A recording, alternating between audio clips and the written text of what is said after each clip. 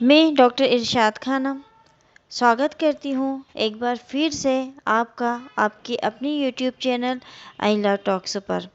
दोस्तों, आज का हमारा जो विषय है वो एकांत परिरोध के संबंध में है, जो कि भारतीय दंड संहिता 1860 के अंतर्गत दिया गया है। एकांत परिरोध, जैसा कि इसके नाम से ही आपको लग रहा है कि एकांत का मतलब अकेले और परिरोध का मतलब बांध के या उसको रखना, यानी कि ऐसे व्यक्ति को एकांत में रखना, यानी अकेला किसी जगह पर उसको रोक कर रखना, वो कहलाता है एकांत परिरोध। और ये एक तरह की पनिशमेंट होती है जो कि अपराधियों को आईपीसी के अंतर्गत दी जाती है और धारा 73 और 74 के अंतर्गत इसको प्रावधानित किया गया है। इस एकांत परिरोध की वीडियो को देखने से पहले सब्सक्राइब करना ना भूलें चैनल को, और साथ ही साथ बेल आइकन को क्लिक भी कर दें ताकि लेटेस्ट अपडेट आप लोगों को मिलता रहे। देखिए, कारावास जो है वो 3 प्रकार का होता है। एक कारावास होता है कठिन कारावास, एक कारावास होता है सादा कारावास और एक कारावास होता है एकांत कारावास। जब हम दंड के विषय में पढ़ेंगे तो मैं आपको दंड बताऊंगी कि दंड कितने प्रकार के होते हैं, और उन्हीं दंड में एक दंड होता है कारावास। लेकिन चूंकि अभी हम एकांत परिरोध की बात कर रहे हैं, यानी कि हम कारावास की बात कर रहे हैं, तो कारावास को ही जितने भी प्रकार हैं उसके बारे में मैं बता रही हूँ। कारावास 3 हिस्सों में डिवाइड है: कठिन, सादा, एकांत। कठिन कारावास जो होता है वो एक साधारण कारावास होता है, जहाँ पर कि आपको कारावास यानी जेल के अंदर आपको परिश्रम तो करवाया जाता है, लेकिन आपको सब लोगों के साथ रखा जाता है। सादा कारावास एक साधारण कारावास है जिसके अंतर्गत आपसे श्रम तो करवाया जाता है, लेकिन एक नॉर्मल मामूली सा श्रम करवाया जाता है। और एकांत कारावास जो है एक असाधारण कारावास होता है। क्यों? क्योंकि इसके अंतर्गत व्यक्ति को एकांत में रखा जाता है, उसको किसी से भी मिलने जुलने नहीं दिया जाता है, तो वो कहलाता है एकांत कारावास। एकांत परिरोध या एकांत कारावास जो है वो धारा 73 और 74 में परिभाषित है। एकांत परिरोध का अर्थ है कैदी को समाज के मानव जीवन से अलग करना, या एकांत परिरोध में व्यक्ति को कारावास में एकांत में रखा जाना। ये कारावास हमेशा कठोर कारावास का एक भाग होता है। इसके विषय में बेंथम ने अपना एक मत व्यक्त किया है और उसने कहा है कि इस दंड का उद्देश्य होता है कैदी को यातना देना। एकांत कारावास में कैदी को मानसिक यातना भी मिलती है और शारीरिक यातना भी मिलती है। एकांत परिरोध का उद्देश्य क्यों रखा गया है? जब हम दंड दे रहे हैं, सामान्य दंड है, कठिन कारावास का दंड है, तो फिर एकांत परिरोध का दंड देने के पीछे क्या उद्देश्य रहा होगा? देखिए, एकांत कारावास के पीछे ये उद्देश्य है कि कैदी पर एकाकीपन की भावना का प्रभाव डालना और उसमें सुधार की भावना को जागृत करना।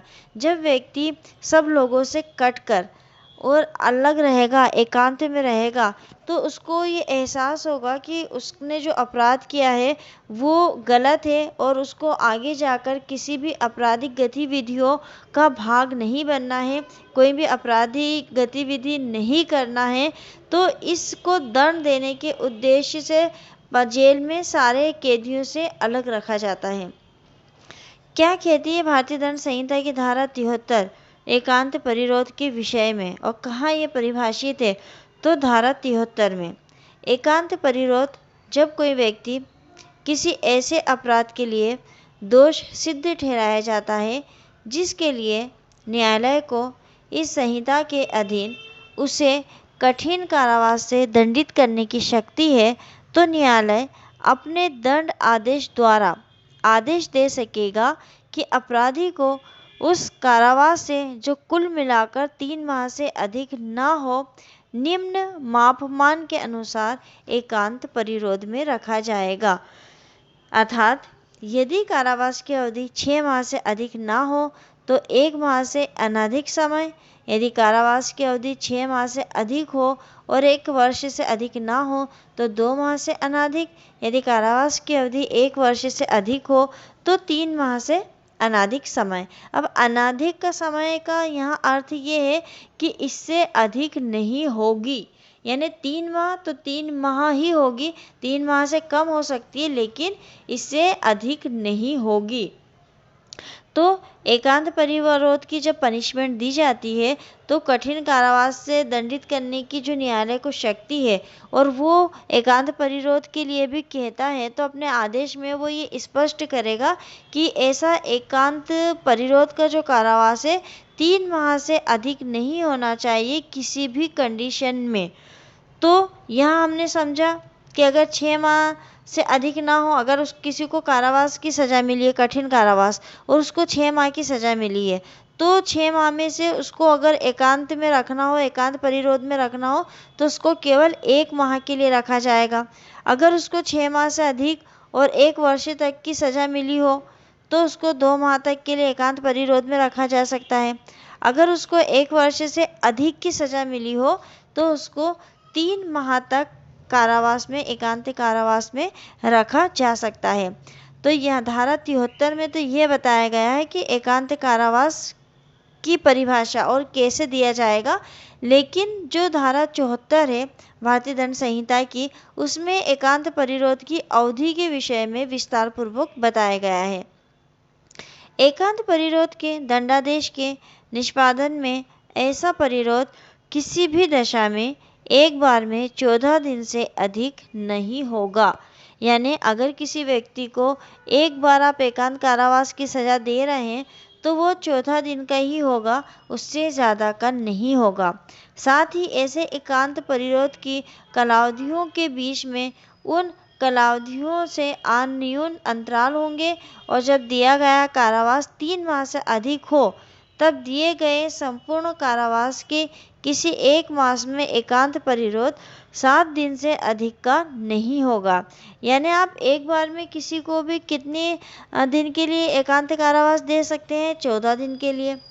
और अगर 3 माह से अधिक की उसको जो पनिशमेंट दी गई है, कारावास दिया गया है, वो 3 माह से अधिक हो तो आप उसका जो संपूर्ण कारावास है उसके किसी भी एक महीने में 7 दिन से अधिक उसको एकांत कारावास में नहीं रख सकते हैं।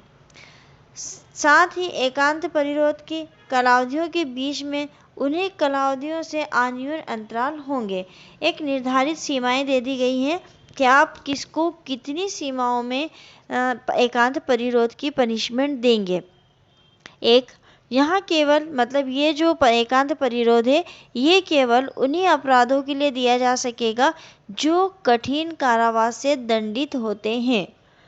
तो यहाँ तक क्लियर हो गया कि जो कठिन कारावास का दंड जिनको मिला है केवल उन्हीं को एकांत परिरोध की पनिशमेंट मिलेगी। सेकंड, ये दंड केवल भारतीय दंड संहिता के अधीन दंडनीय अपराध के लिए दिया जा सकेगा। यानी पहला, कठिन कारावास की जिसको पनिशमेंट मिली है उसे ही एकांत परिरोध में होगा।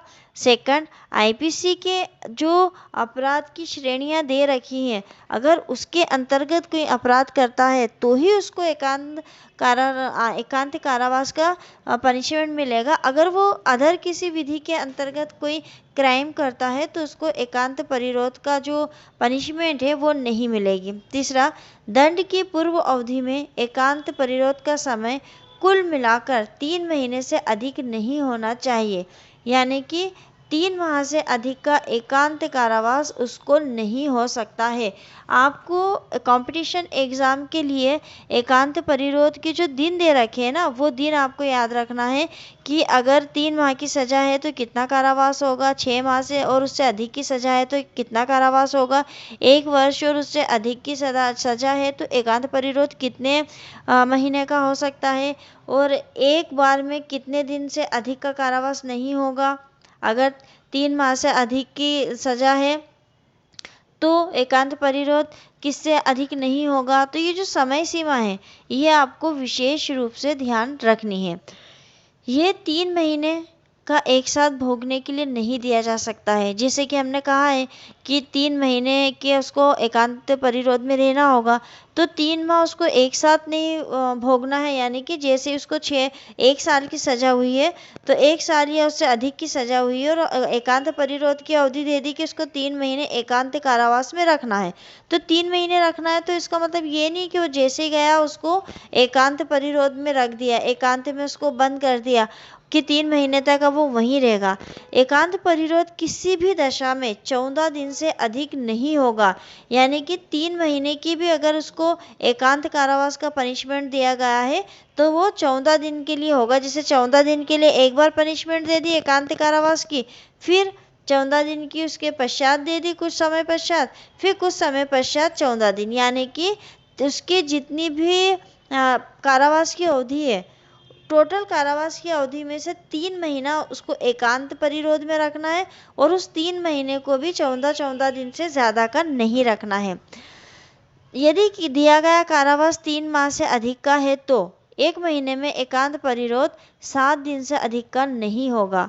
अगर कारावास जो है 3 माह से अधिक का, यानी कि 6 महीने का कारावास की सज़ा है और कहा गया है कि इसको एकांत परिरोध में भी रखना है, तो 7 दिन से अधिक नहीं रख सकते।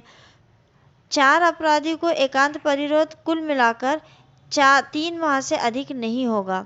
यानी सीधा सा कहना है कि 1 महीने में एकांत परिरोध 7 दिन से अधिक का नहीं होगा और अपराधी को एकांत परिरोध जो है वो कुल मिलाकर 3 माह से अधिक का नहीं होना चाहिए। इसको थोड़ा सा हम और डिटेल में समझ लेते हैं और अच्छे से समझ लेते हैं, ताकि आपको डेट वाइज ये अच्छे से याद रहे कि कितना दंड में कितना मिलना चाहिए। देखिए, जब कारावास की अवधि हो, यानी कि कारावास की अवधि कितनी हो, तब एकांत परिरोध का दंड कितना होगा।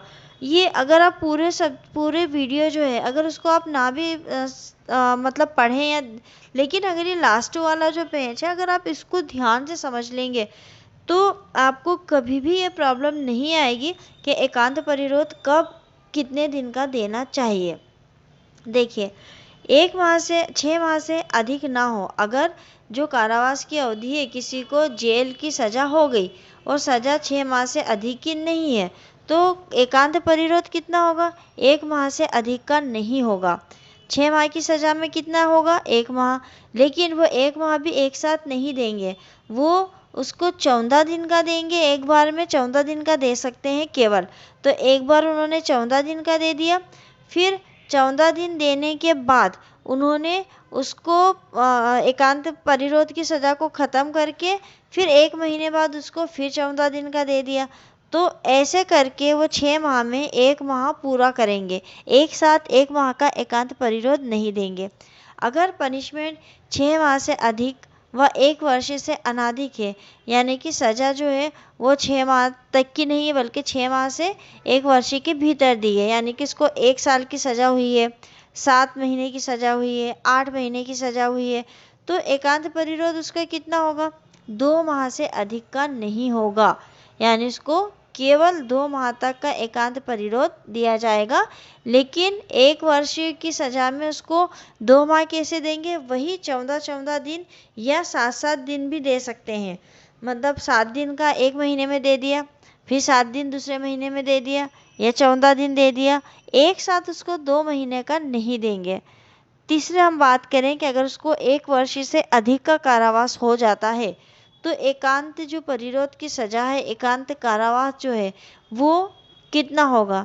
तो वो 3 माह से अधिक का नहीं होगा। अब निम्न अवधि से अधिक नहीं हो सकता एकांत कारावास, कुल मिलाकर कितना? ये मैं आपको पूरा शॉर्ट में दे रही हूँ, ताकि कंपटीशन एग्ज़ाम की तैयारी के लिए आपको डीप में ज़्यादा ना पढ़ना पड़े। कुल मिलाकर 3 माह होगा। इससे ज़्यादा का एकांत कारावास नहीं हो सकता, चाहे उसको आजीवन कारावास की पनिशमेंट मिल गई हो, लेकिन एकांत कारावास उसका केवल 3 माह का होगा। एक बार में 14 दिन से अधिक का नहीं हो सकता। 1 महीने में केवल 7 दिन का ही उसको एकांत परिरोध में रखा जाएगा। अब इसके अन्य महत्वपूर्ण बातें हैं। संक्षिप्त विचारण के मामले में लागू होगा। अंतराल देखकर लागू करना अनिवार्य है। वर्ग 2 मजिस्ट्रेट जो है वो ऐसा दंड नहीं दे सकते एकांत परिरोध वाला, और संपूर्ण कारावास के लिए एकांत परिरोध का दंड देना अवैध होता है। तो दोस्तों, आज हमने एकांत परिरोध को बहुत ही अच्छे से समझा है, और कंपटीशन एग्ज़ाम के लिहाज से ये बहुत महत्वपूर्ण टॉपिक है। इसके आपको सब चीज़ें क्लियर होनी चाहिए कि कितने समय में कितना आपको एकांत परिरोध की पनिशमेंट है। अगर वीडियो आपको पसंद आता है तो आप लाइक, कमेंट्स और शेयर ज़रूर करिएगा, और अगर वीडियो आपको समझ में ना आ रहे हो तो आप कमेंट से करके बता दीजिएगा, मैं उसको और इजी लैंग्वेज में समझाने की कोशिश आपको करूँगी। तो मिलते हैं बहुत ही जल्द अगले वीडियो में एक नए टॉपिक के साथ। तब तक के लिए शुक्रिया, धन्यवाद।